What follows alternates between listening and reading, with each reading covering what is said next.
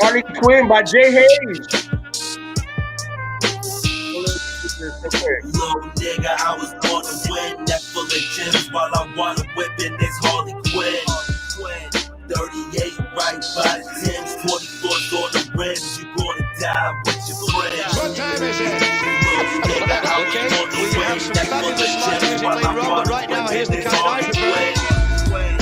38 right by the Timbs, 24s on the rims. You gonna die with your friends. Steady in the kitchen, whipping up that soda. Gotta sell that Chloe till I'm all older.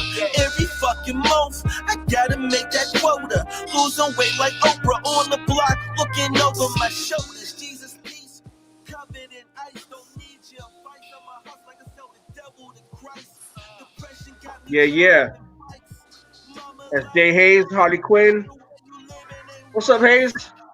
Yo, Can you hear me, brother? Yeah, I can hear you. What's good with you, man? How you? Man, thanks for joining us here on West Coast Styles. You know, we're just going to get into your story real quick. Just a little backstory on you. Okay. You know, a lot of people don't know that you actually wrote a piece for the Pittsburgh Gazette where you were talking about your homelessness. And I know a lot of people don't really know that story. Why don't you tell us about that period in your life when you was out on the streets, you know, and you had no roof over your head or anything like that? Yeah, that was a real tough time, man. Like, it was in Pittsburgh. I had no car, you know, and I was thugging it, man. Like, there was a time where I was sleeping on benches. There was a time I was just like, like fucking different chicks just to like have somewhere to stay. And then eventually I hustled up enough money and then like robbed a bunch of niggas and like boom, I got a motel and I stayed in a motel for a while, man. And it was just I stayed in a dirty motel. Like, it was just crackheads everywhere. It was just dirty, man, roaches and shit. It was dirty as hell. Yeah, I had a bar. At the motel, I actually had a bar in there too. So like a lot of I would make a lot of my money down in that bar, man, because we'll be all types of crackers and all types of people coming to that bar, man. So, you know, that was a tough time, man. And it was winter in Pittsburgh, man. That was a tough time. So, man, what was your worst experience being homeless? Like, what's the craziest thing that you saw on the streets? Listen, man, it's being homeless in Pittsburgh is nowhere near like the homelessness in LA, man. Like, I see the homelessness in LA, and that shit is crazy, man. But the worst thing, it was just being cold, man. Like, it was cold as shit outside. Like, like it was cold, it was rainy as shit, man. That shit's whack, man. Like, snowing and shit, huh? Yeah, we all types of crazy shit, man. So, man, being homeless in Pittsburgh was terrible, man. Especially when you ain't got no car or anything. So I had to hustle, man. I really had to hustle, like, to get to a motel. That was heaven when I got to the motel, man. Because it's like, at least I had a place to shower at, and at least I had a place to like stash my clothes at, you know. Yeah. So but and you know, like, what I think your story is that you were able to hustle your way out of that situation. A lot of people get stuck in a situation like that, and they're stuck forever. There are people there you can go to Skid Row, and there are dudes that once they get trapped into that, they fucking trapped forever. You know what I'm saying? Right. No, but you know, but you were able to hustle your way out of that. You know?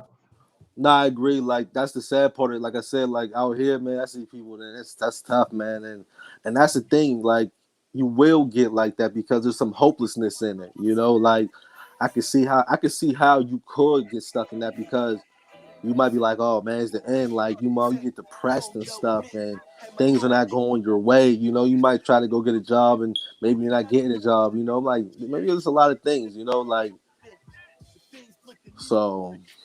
I could see it. I could see how it could happen. It was just at the time I was just like, nah, nah, man, nah. That's not gonna be me. Like, I'm at least like, to me, I'd rather be in jail than be homeless, and that's how I look at that shit. You know what I'm saying? I'd rather be, because at least I have a roof over my head, you know, and I have some stuff to eat and shit, you know. Yeah. But to me, that's what I looked at it like. I was like, man, I'd rather be in jail than homeless. So That's like, crazy. it was like, so to me, it was like, if I did get locked up, it still would be better than with the situation I was in. You know what I'm Wow, saying? that's So crazy, man. So let me ask you yeah. this: someone that's in your same position, hmm what advice would you give them to get out of that situation?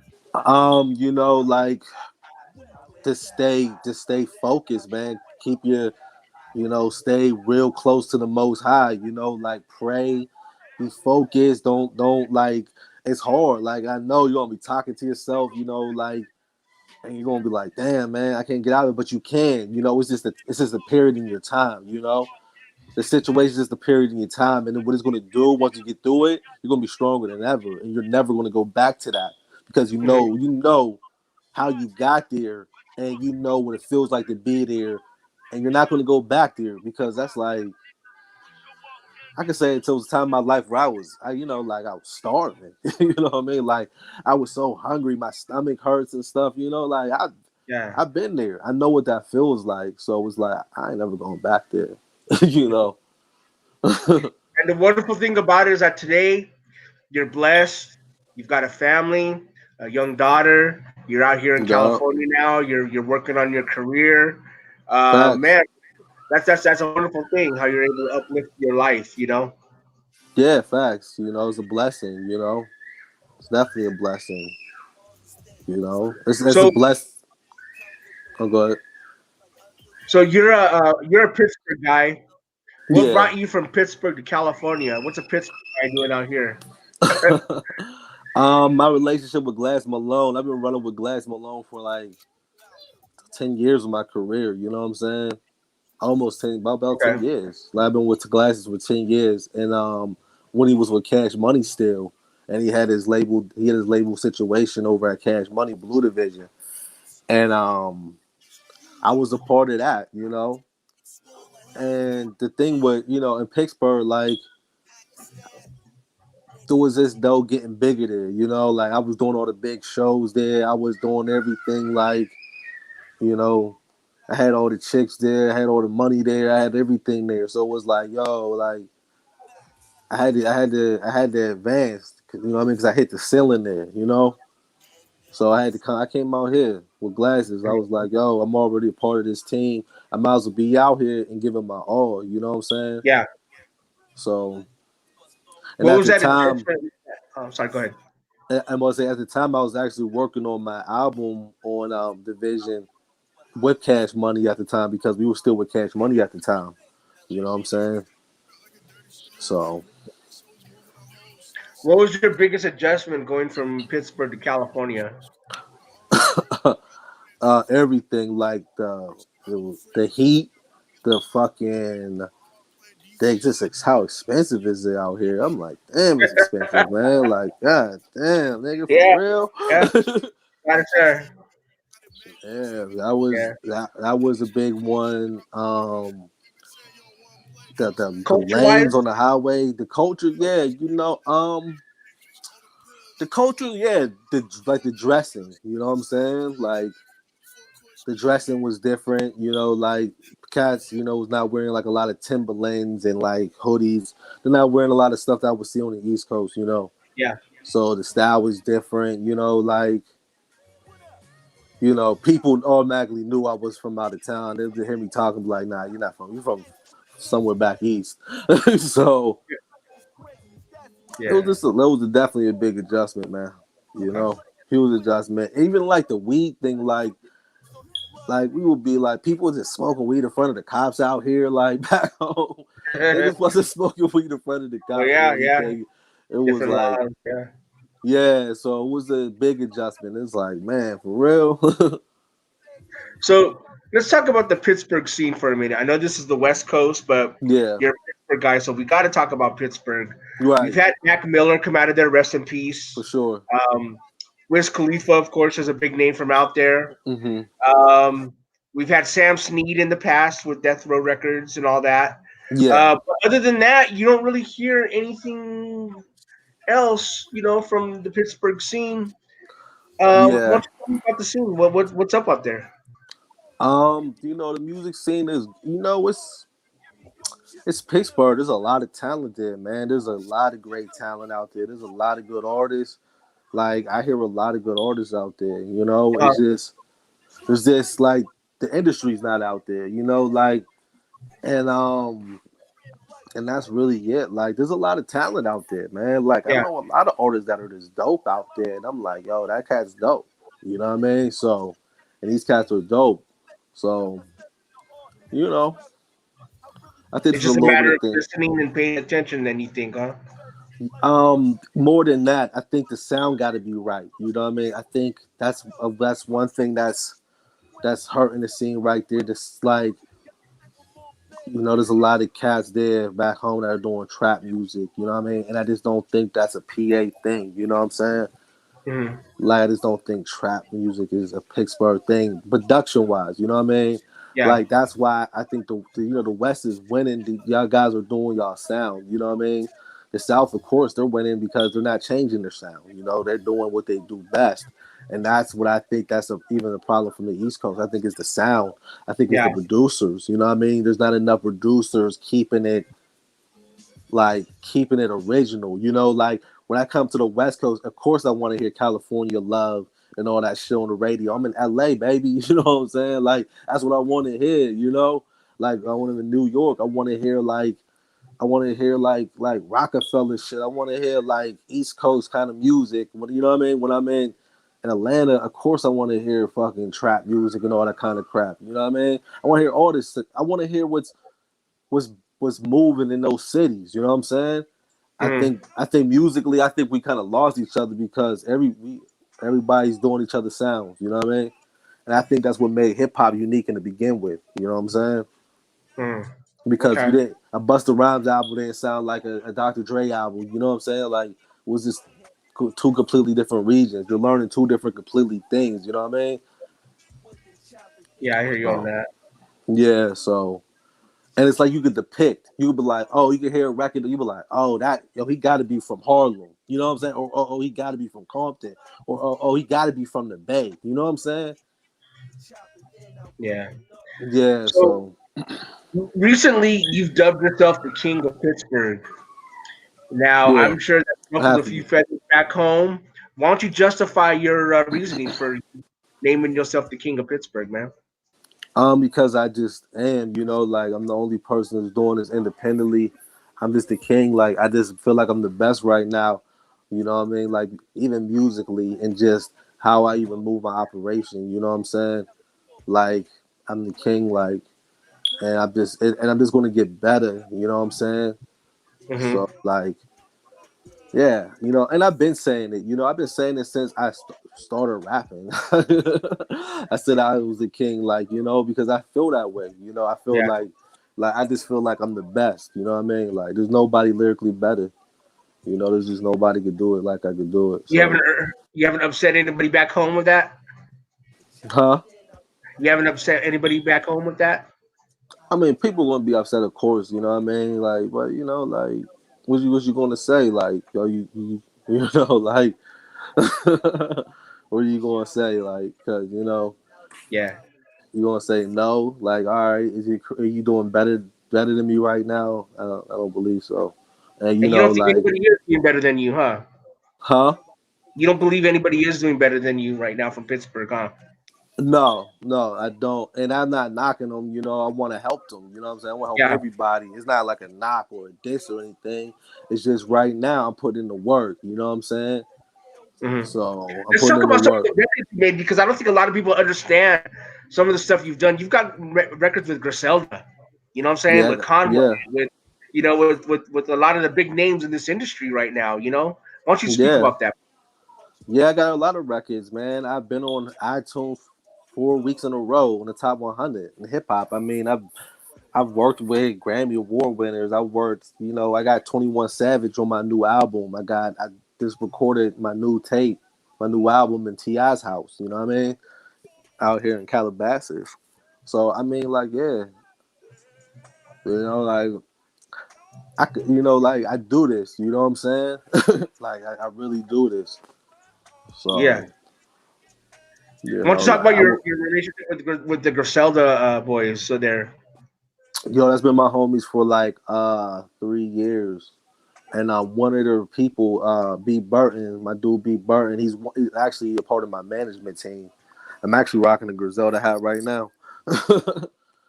yeah. um, but yeah, B Burton's part of my management team. You know what I'm saying? So is Nate Sean for Roc Nation. That's like my main manager right now is Nate Sean. And B Burton is like one of my People don't know managers too. that's Jay-Z's nephew. For those that don't know, correct? Yup, that's a fact. Yeah, yeah. Okay. Just letting the people Yeah, know who you're talking about. yeah. Yeah, Nate Sean is the A&O of Roc Nation. He's Ho's nephew, all that. So, he's big in the industry. So, Brandon over Griselda, he's part of my management team. So I do got, like we are like home team with it. That is family. You know what I'm saying? So Griselda's family, like I was fucking with them as soon as like I think they got their Stadia deal announced. Like I was fucking with them like a month or two after their deal. I heard like their deal was announced with Shady Records. So and we kicked it mad times. Those are the homies, man. Like I support everything them dudes do, Like and I like what they doing. They're helping hip hop move really forward. So Yeah. I like it. I noticed you have a similar sound though, like with a lot of the beats that you pick. You know what I'm saying? It's kind of like on that same realm of what they're doing. Yeah, that's why it was just dope for us to get in and work. You know what I mean? That's why this made sense. You know what I mean? Because we do Mhm. the same thing. I've been doing that since I've been doing music, picking those kind of beats and rapping like this. I haven't changed my style. So, yeah, that's why it's dope. Like they do East Coast music and, I do East Coast music. I mean? We're all from the East Coast. I mean? They're from Yeah. Buffalo and I can relate. I got family in Buffalo. You know what I mean? So I can relate. So,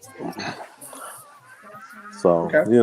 You're about a year or so ago, a little more than a year. You were on. You had like a little BET special on you, like a little. yeah. They did a little thing on you. Why don't you tell me about that? Yeah, That was pretty dope.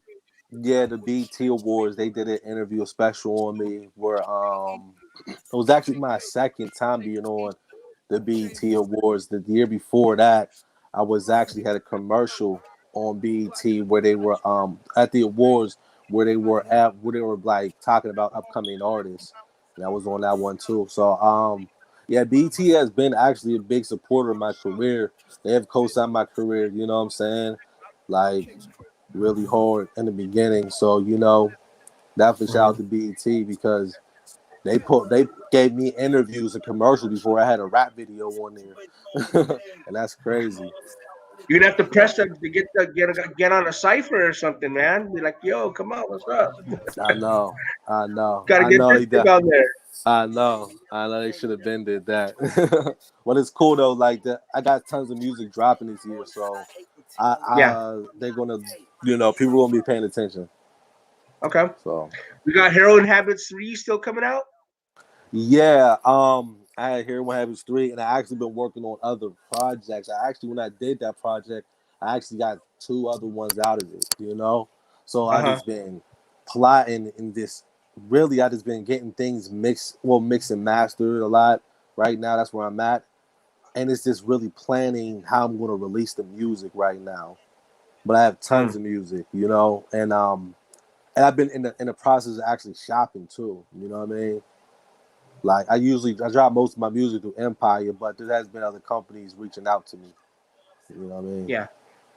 Yeah, I Yeah. noticed that you had a relationship with Empire there. That's pretty dope. A lot of people can't say that. Yeah, yeah. I've been with Empire since 2017. I wanted to work on my own record label, and that's who I partner with. You know, so and yeah, they've been supportive of my career from the gate. You know what I mean? Hmm. So I have no And complaints. and lastly, let's talk about you have your own movement going on called the Show Off Gang Entertainment. Why Yeah, don't you tell us exactly. all about Show Off Gang? Yeah, Show Off Gang is my record label. I've been under other people for so long. You know what I mean? I wanted to do my own thing and create my own record label where I could discover artists and put out talent you know. And that's what I did. Like me and my partner Stoner, Show Off Stoner, we partnered with it, and we started the label, and we partnered with Empire, you know. And when we started the label, we're like, all right, we're gonna start this label. We partnered with Empire, and now it's just like we're doing good. Like, you know, I got, you know, like we're doing well. You know what I'm saying? So for 3 years in, you know, we got plaques and stuff. So from Spotify, you know what I mean? So it's like we're doing really good. It's just I want to turn it up a notch now. So I got my new R&B artist, Yasmina. She's from the Bay Area. She's like really young. She's like 21, and she's like kind of like Aaliyah. And I think she's gonna be really big on the scene. So she's gonna be really big. And she can also sing in Arabic. She's Arabic and black. She can sing in Arabic. So she's gonna be an international star. You know, That's dope. and right now I got Just Rich Gates from South Carolina who's killing the scene right now. He dropped a record with Willie D and Country Black from 3 6 Mafia that just dropped recently, like just a week or two ago on Empire. So that one's killing. That's doing really good stream numbers right now. So, and you know, of course, I'm working on a new project for Stoner. I'm really just focusing on artists and developing them and just giving them opportunity. When I came in the game, I had to do all the stuff myself. Like I had to put up my own money. I had to like buy my own studio equipment. I had to sit there and like mix and try to mix my own records and stuff. Yeah. Try to record my shit, you know. Um, that's how I came in the game, you know. Like so, I'm gonna give, and I had to figure it out myself. You know what I mean?